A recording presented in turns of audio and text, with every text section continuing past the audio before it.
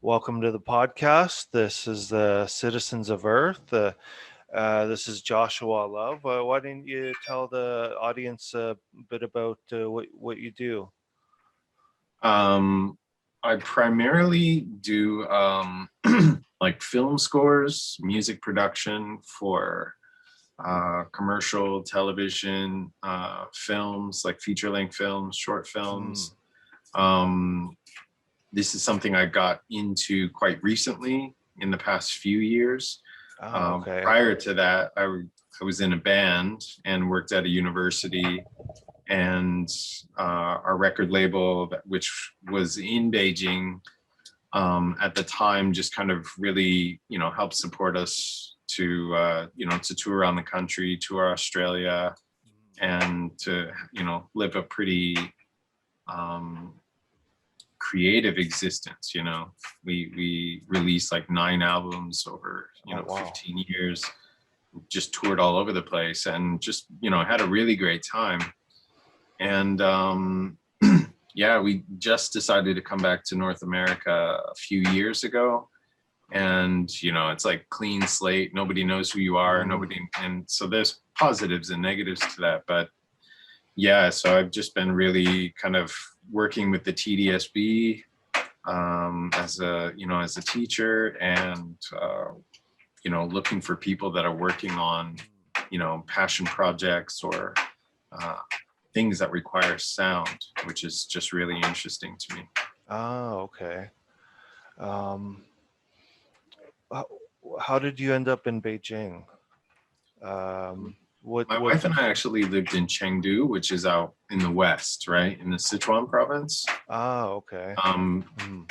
and we originally had developed a pretty strong relationship with Tang Lei, who owns the Little Bar in Chengdu. I don't know if you're Ah, familiar with the Little Bar at all. no, not really. But she was kind of like the head of the the music hub of like China's Western Hemisphere. Like, she was like the head dog in the pack for that. And prior to 2006 and 2007, like even doing shows in China was legally, it was against the Mm. law. Like, you weren't even allowed to do shows.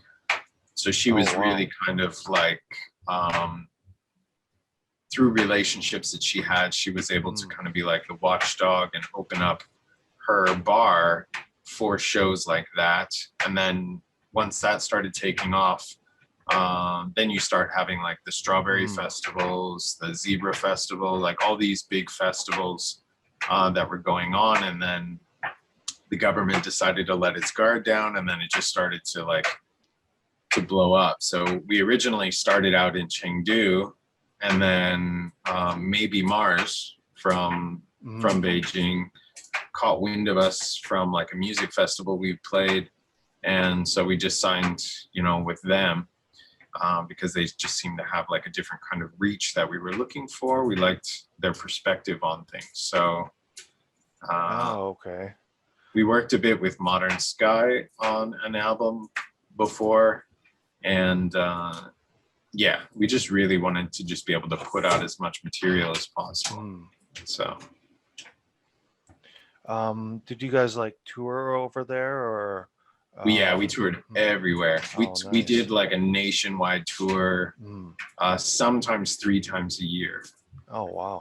So we're looking at Mm. like 20 cities, or sometimes Mm. 30 cities in a tour. And like we played like the Beijing MIDI Festival, the Shanghai Wooden Wires, and stuff like that with Archie. Do you know Splitworks out there?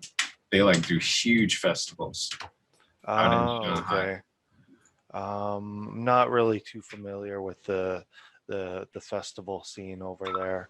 Um, we mostly my friends mostly played at like different bars, and they played a few festivals in Lijiang, I think. Uh-huh. Mostly we played at the bars around Kunming and that Oh, area. okay. That area. Mm, Cool. mm. Yeah, Kunming's a beautiful place. Mm. Yeah, I really loved it there. The weather there is amazing. Yeah, Mm. really Mm. gorgeous. Actually, in 2017, we drove from Chengdu to like through Kunming and went down to almost like the border, like the southern border, because we had a Oh friend wow. that lived out there. Huh. We drove like the whole way. It was amazing. Like the countryside was Mm. unbelievable Yeah, it's all the way really down there. it's exceptional down there. Yeah. And like we had a car, so we didn't have like a driver, like we didn't rent a Mm. driver, like we just had our own car and we just drove. It was really incredible. Oh, no, And that must have been awesome.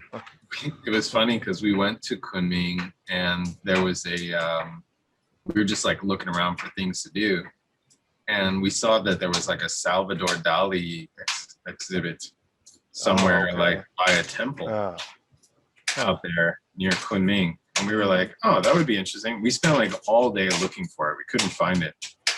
And then like the next day we were just kind of just like randomly just walking around in the mountains and we stumbled upon it. And we just stumbled on this exhibit way up in the mountains. With sorry, there's a clicking sound or something I'm hearing. I think yeah, there's something going on in the other room. Oh, Is it okay. too loud? Should I go check it out? No, that's okay. We'll carry on. Okay. Okay, so you were down in Salvador Dali's at a exhibit near a temple. Yeah. Hmm. So yeah, and there was like a big Picasso exhibit there and everything. Oh, So nice. it was like a really interesting find, like Hmm. out in the middle of nowhere. That was pretty cool. Yeah, I found that a lot in China. You'll just like run into random stuff out and you'll just have something unexpected always happens when Yeah, you're there. nice. So how long did you live there for? I lived there for about 3 years, and I traveled there over a whole bunch of times, maybe almost yearly, over about 9 or 10 years. Uh-huh. Oh, that's Um, very nice. but my Mandarin's not very good. I need to Yeah. brush up on it.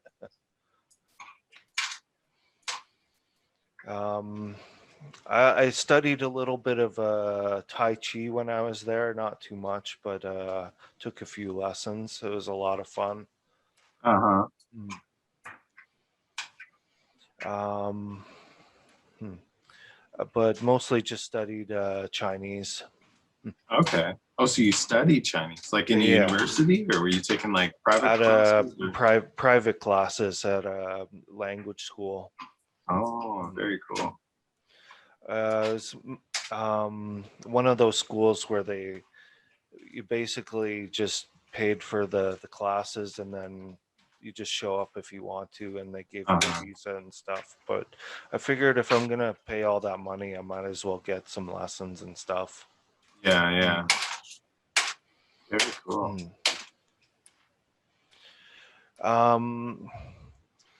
So when did you come back to Canada? We came to Canada in 2017. Oh, okay. Yeah. And then we spent like pretty much like the first like 18 months was trying to get my permanent residence because I'm originally from the US. Oh, okay. And it was quite difficult landing. I mean, we basically, even though my wife's from here, we essentially landed as immigrants. Nothing, didn't know anybody, didn't have connections. Like it was like very daunting, and like the culture shock was, I'm sure you can relate to the culture shock, right? Oh yeah. Like just the strangeness of like the way the media functions and things on television or being on the internet even just felt a little bit different, and Yeah, one of the things that got me was the Canadian accent. I didn't. There's a lot of Canadians believe we don't have an accent, but we do, and it just yeah, after hearing so many different accents for so many years, it's just uh, it it just clicked for me one day. Oh yeah, we have an accent, and it yeah, was hearing it when I came back was really strange. yeah. It's funny. Um, so you have a music company now, and you make Yeah, mhm. yeah. So I have like a music production company called Oh, Butterfly okay. Temple Studio, Mhm. and so I worked recently on like a Sony PlayStation game that comes out next year, and I just finished scoring a feature-length film that had the guy. Did you ever see the movie Notorious? That was about like Biggie. I haven't seen that one. Okay. I've, Well, the actor from that mhm. movie is also like the main actor in this other film. Mhm. There's a cool guy named Man Robinson that works Ah, out of Atlanta. He was like an independent filmmaker, pretty mhm. big down there.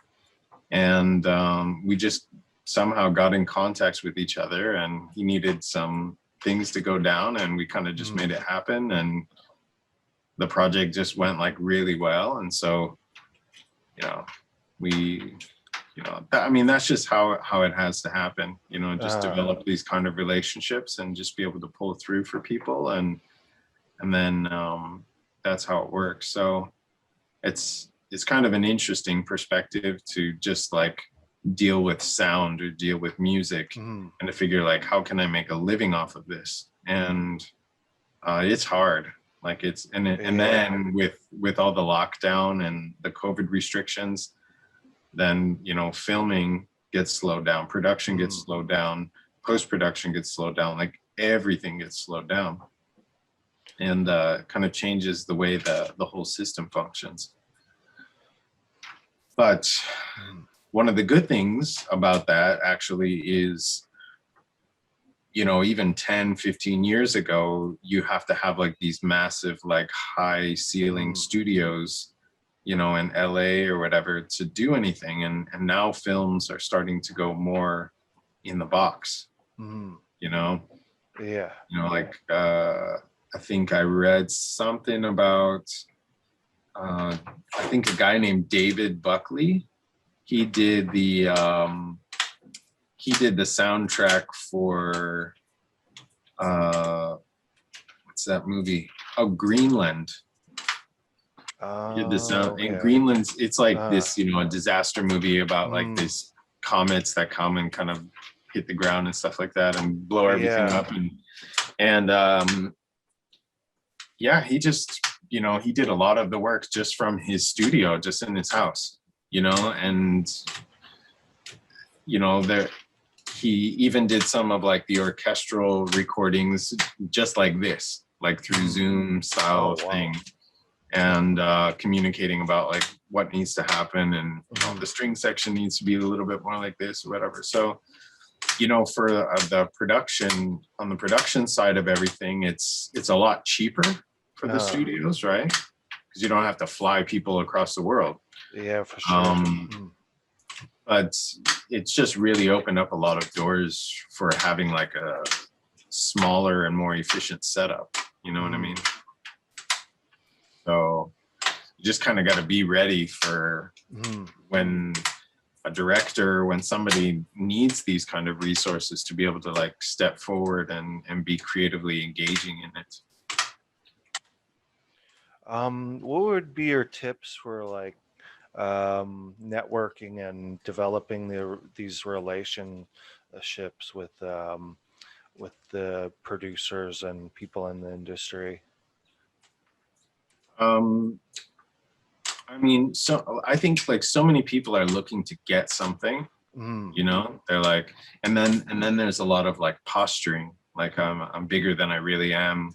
My Yeah. people will talk to your people, but you really just there by yourself. Like Mm. there's a lot of this that goes on, which makes people that have access to ideas, it makes them back off, you know. Uh, So a lot of like producers, a lot of filmmakers, a lot of production houses can be really cold. They don't want to mm. talk to you. They don't want to have anything to do with you, really. Mm. Um, that creates like a very like commodity based Mm. interaction. And sometimes you just have to be able to be in indirect communication with people. I think the indirect Uh, communication is something that allows you to establish trust, yeah, you that know, makes sense. and it requires lots of scouting. Mm.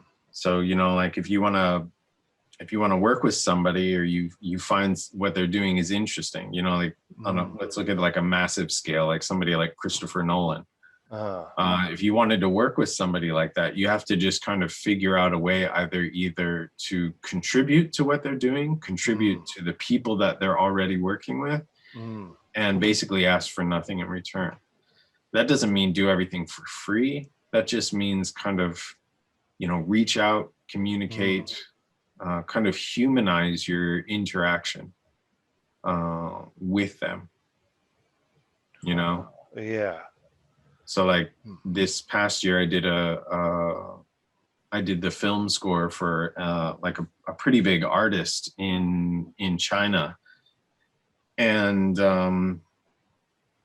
yeah, I just like, you know, we somehow like one day met his family and, you know, became friends, and we started Mm. talking about education, and we were talking about philosophy and all of these things. And then next thing you know, he's like inviting us to stay at his house for like a Oh, month. wow. And then, you know, at that point, I wasn't even thinking about Mm. film. I wasn't thinking about anything. Mm. And then, you know, like 2 years later, he's like, here, I have this project I need you to do. And Mm. can you do it? So it's like setting these seeds, Uh, you know. Um, and then once you can follow through from the seed setting stage, then the progress just overlaps and it keeps pushing forward. Um, so it's really definitely about, you know, placing those seeds, and just like untiringly yeah. continuing at what you do, you know. I think like 90% of the people just give up because they're not getting like the immediate thing that they want. Yeah, I've noticed that a lot being back in Canada. So there's people are thinking about their selves first rather than the value that they can provide for the people they're working with or Yeah, that they want to work with. Mm. yeah. There's almost like this, like the concept of being a consumer seems to Mm. be something that riddles just the human mindset. You know what I mean? I want this thing and I want to be able to go get this thing and then bring it closer to myself, which is why something like Amazon is so successful, right? Yeah. Like I need this light bulb or something, and then it's like bing, there it is, and it arrives at your house 2 days later.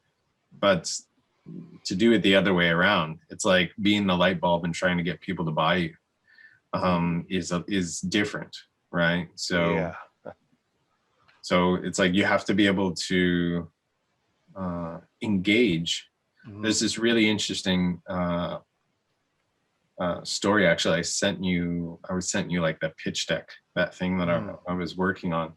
I was a volunteer at the Rain Dance Film Festival, and you know, we were sitting on this stage, like helping them basically organize their materials. And these Mm. people would come up and they would pitch these movie ideas to these, you know, Hollywood executives that happen to be there. And, you know, there was probably like 30 pitches or whatever. It gets really like tiresome and so forth. But there was a one guy that came up and he had this really amazing story. and he after the pitching procedure, you know, I just, you know, there was like a you know, people were having drinks and mingling and stuff like that, and he was just like getting ready to go, and I told my wife, I was like, you know, we got to go talk to him. Like his was the best, you know, his was the most interesting. We went and talked to him and found out that, like, you know, he had been like a correctional officer, and he was a soldier. He was a police officer in England. He was like essentially like a high-end like bodyguard for, you know, like these elite wealthy people that would like fly in and out of like Abu Dhabi and like into Africa and stuff like that. Like, and then it Crazy. just like, and then it just overwhelmed him. It just got so much for him that like a part of the inside of him just kind of snapped a bit. And then he had to just retract from this kind of life, you know, when you're seeing things that like the average person can't handle. In that retraction, he decided to be a writer. He just decided, like, let's write some stories. And yeah, we became really good friends. You know, he's been to my house like a bunch of times. And we recently pitched this this story that we've been working on for like a year to these producers, and they just loved it, you know. And so this idea of, you know, taking like like just a short story from this abstract point and then bringing it to like, oh my goodness, like this is probably going to be a feature length film in the next like 2 years. Like that's exciting. Yeah. And I just love like being surrounded by, you know, doers, because those are the people that realize that the bulk of doing sucks.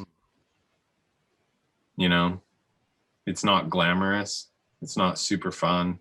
Like even being on stage in front of 60,000 people or whatever, it's like there's so much that goes into just getting on there, you know. Not only do you have to perform well, but like getting to that point is like, man, you have to make like deep sacrifices. And there's something you can associate with other people that are also trying to do those things, you know, that are willing to make sacrifices, that are willing to push hard and collaborate. And I felt like there was something I was missing even from China, of meeting people that were just like willing to put it all on the line. I don't meet very many people. There are some people here that do that I do cross paths with. There must be much more. But it's very difficult to find like a group of people that's like, we're going to change the world. Like we're going to change the way something is seen. We want to, you know, we want to do something special. And yeah, I think that hunger is really important. That insight to, I mean, you have to like not only just convince that inner voice inside of yourself, but you have to constantly feed that flame, you know, like read tons of books and, you know, dig deep into the manifestations of history, you know, like how has history evolved? Like what were the things that mobilized people to do incredible things? I think some other factors are that a lot of people just don't have like time or energy. I think that's just my opinion, and they worked a 10-hour day, and then every day for 5 weeks, and then they just plop down on the couch. And I mean, that's not really something I'm into. And I mean, if that's what they want to do, more power to them. But I'd rather spend my life like doing stuff. Yeah.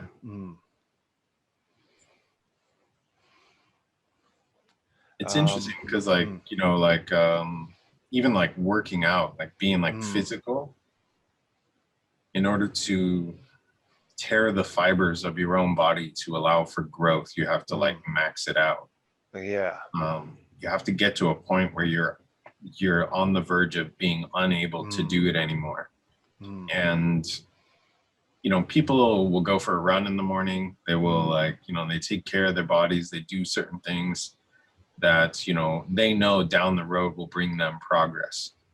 And to be able to engage those other aspects of your mind and your body is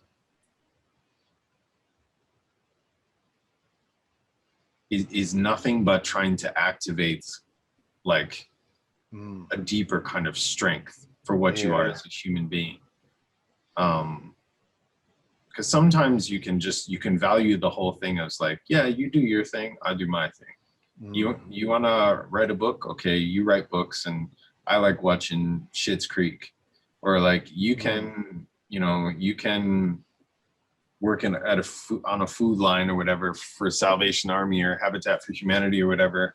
And I like playing, you know, Xbox games. Like I think you can actually do all of those things, but the one facet that never changes is to be on that edge where you can't go anymore. You know what I mean? And to be able to bring forth like different levels of momentum inside of yourself. Yeah, definitely. Yeah, if you really want to achieve stuff, you have to really dig deep and go the extra mile. Yeah. And it's most of the time it sucks. You know, it's not beautiful. It's not a beautiful process. You know, like just imagine any physical feats that you were trying to do, you know, it's just like painful, you know, sometimes. I remember quite a few years ago, I went camping, and we were on this camping trek where we had to hike for like 6 hours. And then on the second day, we had to hike like 9 hours. And then we were going to stay on the top of this mountain for like, you know, 3 or 4 days and then make our way back down. And I was a vegetarian at the time. And we got through like the first bit of the hike. We stayed at like this little village at the base of the mountain. The next day, you know, we ate up, had some rice and some, you know, some tofu, kind of like porridgey stuff. And then we just like headed up into the mountain. I was the only vegetarian on the trek. And it must have been like 5 hours into it. I was just like all by myself. There was just snow on the ground. I had my dog with me. And I was just cursing myself for being vegetarian. I was just like, what the hell? Is this worth it? It's like, theoretically, it makes a lot of sense, but I had no energy. I couldn't go any further. I was just like, what am I going to do? There was not a person for probably, you know, miles and miles. And I literally just passed out in the snow. I just remember like blacking out, and then like I woke up at some point with just like my face in the snow. My dog was like sniffing me, and I was absolutely exhausted. I picked myself up, and I ended up getting to the top of the mountain. I saw everybody else there, and I had all my food packed in my bag, and I was like, all right, I'm going to take a nap first, and then I'm going to cook myself like this huge meal. And then as I passed out in the tent, I woke up, you know, probably 3 or 4 hours later. And what the other campers had done is they had gone into my tent and took my food, and they wanted to prepare it for me. And what they had done was they had cooked it all with meat. Oh no. So that all my beans, everything that I had was cooked with meat. And I was like, am I supposed to eat meat now? Like, I'm exhausted. I have no energy. And now all of the food that I have is mixed with meat. What do I do? And I chose to not eat it. I was just like, no, I'm going to stay strong. Mm. And ended up not eating it. I made it down the mountain after that, and everything was fine. And when I finally got back down, I was like, I ate like a horse. But there are like those little moments in your mind where you're just like what can the human body do? What am I really capable of doing? Can I get to the place where I need to be? Those like really deep philosophical questions about your endurance, or why you even endure, you come into deep contact with, and they create a kind of genuine sincerity. Definitely like a deep appreciation for existence in general, Yeah. But being able to trigger that appreciation sometimes kind of means pushing yourself to a kind of maxed out point where you're wondering if you can even go any further. And then your mind and your body most of the time finds a way to make it happen.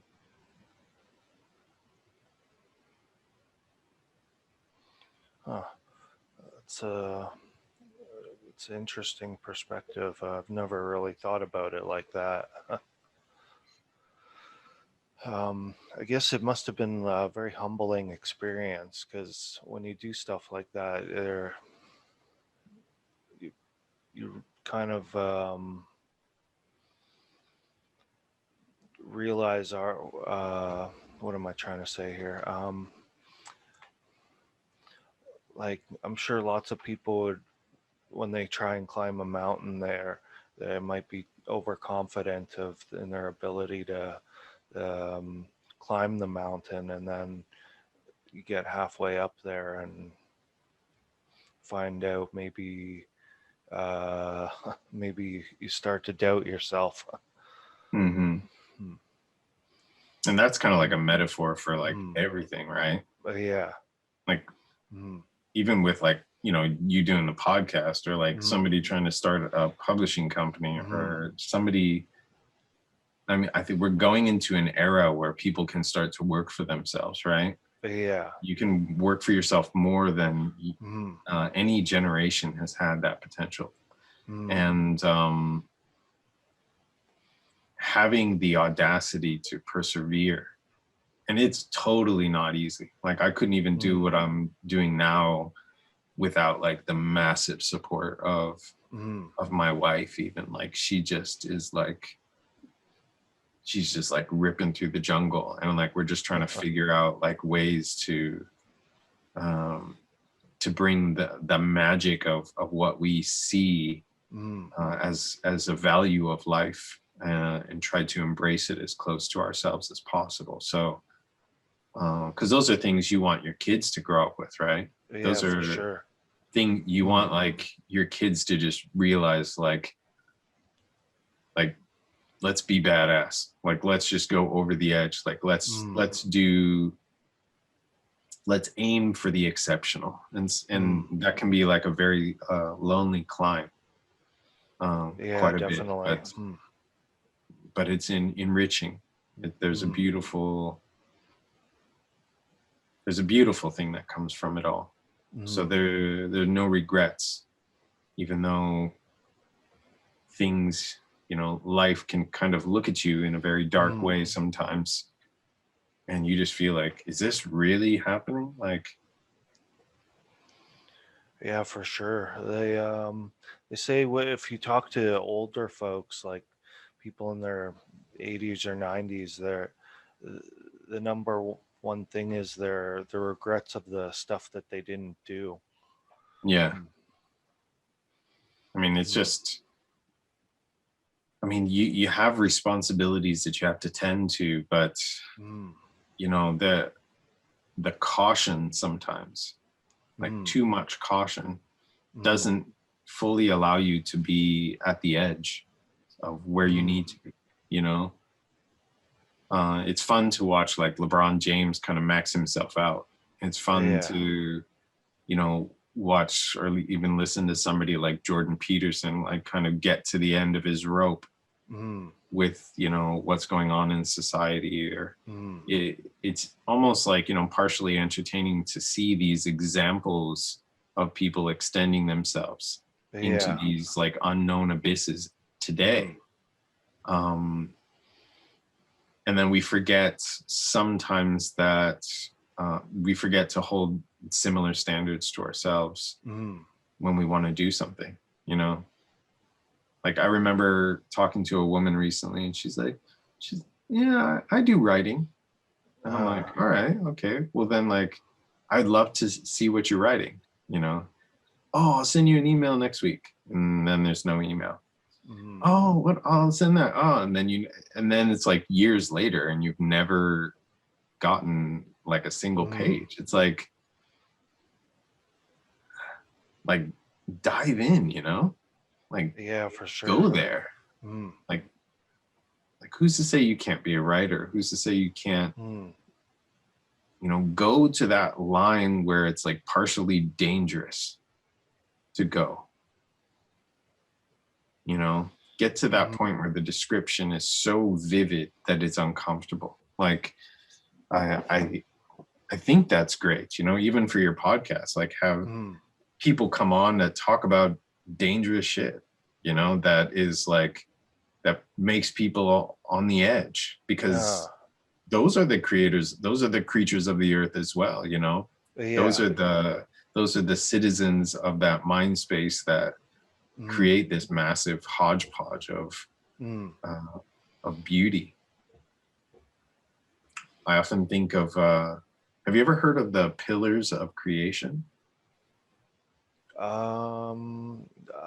It rings a bell. I can't really You should check it remember it out now. after we Yeah, talk. Like definitely. you just Google it. Like it's they're like these distant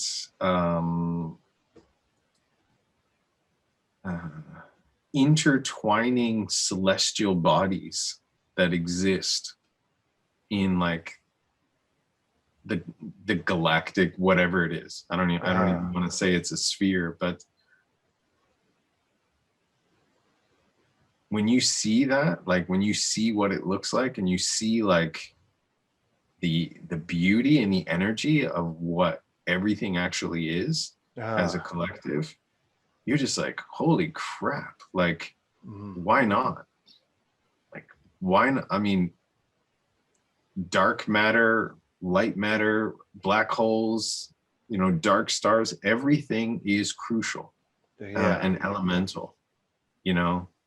We, especially in like today, there's like this very like political correctness concept where you have to appeal to all these different elements, and the converse of that is not to not appeal, right? It doesn't mean to just be mean to people and like be selfish, but trying to be overly cautious about like which article you use to communicate with somebody or pronoun or whatever. Like being overly cautious doesn't allow you to fully engage those people sometimes. I don't think it fully allows you to be able to engage like the animal commitment that you have, you know, being able to get inside of somebody's mind and to really feel like if they're okay or not, you know, for sure. And so you do see a lot of like mental health issues, especially even with all the pandemic stuff, because people don't have that output, you know. Like double tapping on an Instagram picture is very different than just like sitting down with somebody and like saying like, yeah, like why not be a painter? Or like, why not do some crazy shit you never did before? That it doesn't need to be like skydiving or bungee jumping off like a bridge somewhere. Like being crazy can also be just like fully like challenging the comfort zone of your mental space.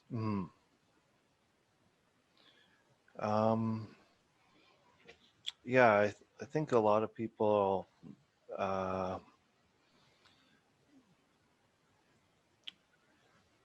they're just comfortable in their own space and they don't really want to change that. Yeah. It's like when you like your fork, the Mhm, fork works, like why buy a new fork? mhm, You know? But you know, there's different things you can do with different tools. mhm, So some people might say like, oh, yoga is not for me. I'm much mhm, more like a CrossFit kind of guy. It's like, well, try both of them. mhm. Like whatever you do, just get your heart rate up and make sure that you can bend over and tie your shoes. You know, like, Yeah. you know, people will be like, yeah, I'm just more like a Peloton kind of person. And then like, you know, it's just like you have to, your body will adjust to anything that you do. Mhm, If you do anything over and over again, your body will adapt, mhm, and that will eventually become easier and easier. You know, like when you watch, like I was showing my sons these, you know, skateboard videos this morning mhm. because they, you know, they're starting to get into skateboards and stuff. And people do like the craziest things on skateboards. Oh yeah, it's mind It's like, how bending. the hell do you balance? Like, how the hell do you can do like, you know, 3 or 4 rotating flips off of a, you know, a bench or something and land Mhm. it on one foot? Like, and what the key, like, I think what the takeaway from that is, you know, I tell my kids is like, this dude like crashed like 50,000 times Oh yeah. and he Mhm, got up. He hit a railing mhm, and he got up and he hit it again and he got back up and he hit it again and he got back. Like, it mhm, just doesn't stop. And mhm, then at some point your body adjusts and says, I can do this. And you find that balance mhm. to be able to manage it, you know? So I've said this in podcasts before, but the idea of uh, trauma, even the word trauma, comes from the German word of dreaming, Mhm. Traum, right? It comes from that German word, which is essentially means that this kind of like this cognitive reflective space which proposes significant change. That's what a dream is. That's like Mhm. sometimes you remember your dream, sometimes you don't. Yeah. Sometimes you have this dream that like kicks you in the teeth, Uh-huh. right? And you're like, holy shit, like maybe the world is magical. Maybe I've just been looking at it wrong, you Mhm. know? And that trauma can be helpful, you know? It doesn't Yeah, mean for like sure. shooting a nail gun through your Mhm, body just to freak yourself out, but mhm, it does mean that these significant moments in which you're almost like forced in forced beyond your fears mhm. is really crucial.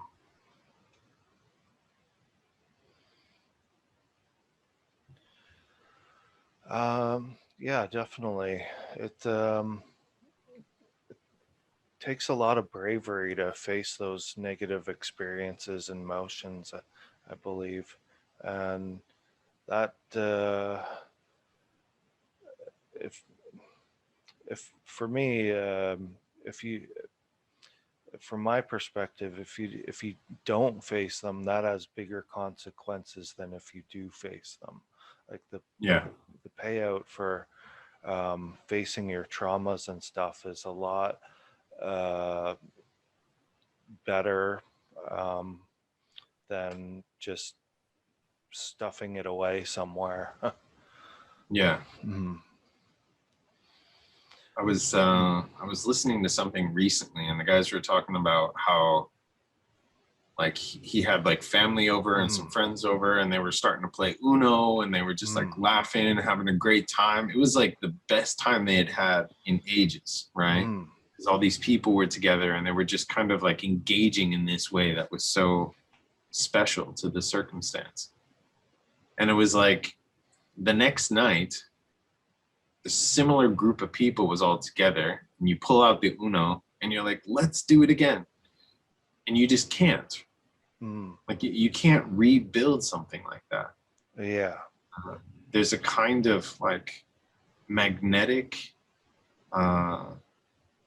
catalyst kind of energy that explodes in those moments. And sometimes you don't know when they're going to happen. So you just have to be ready for them, you know? Yeah, for sure. Like, I don't think like Einstein or, you know, Martin Luther King or anyone was like overly planning, Uh, you know? It's like these concepts, like these eureka concepts, come from this underflow of preparation, but you don't walk with the purpose of arriving at that destination. You walk with the purpose of making progress, and the destination will manifest itself to you.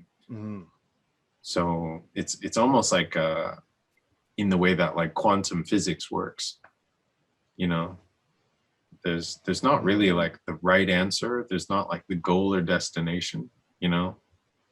Like you and I, we probably took like typing classes when we were kids. yeah. Yeah, it was like, when the hell are you going to learn to type? Like, they're preparing us to be secretaries at like a dentist's office. And it's like, now we just don't need to type it. You don't need to type like that.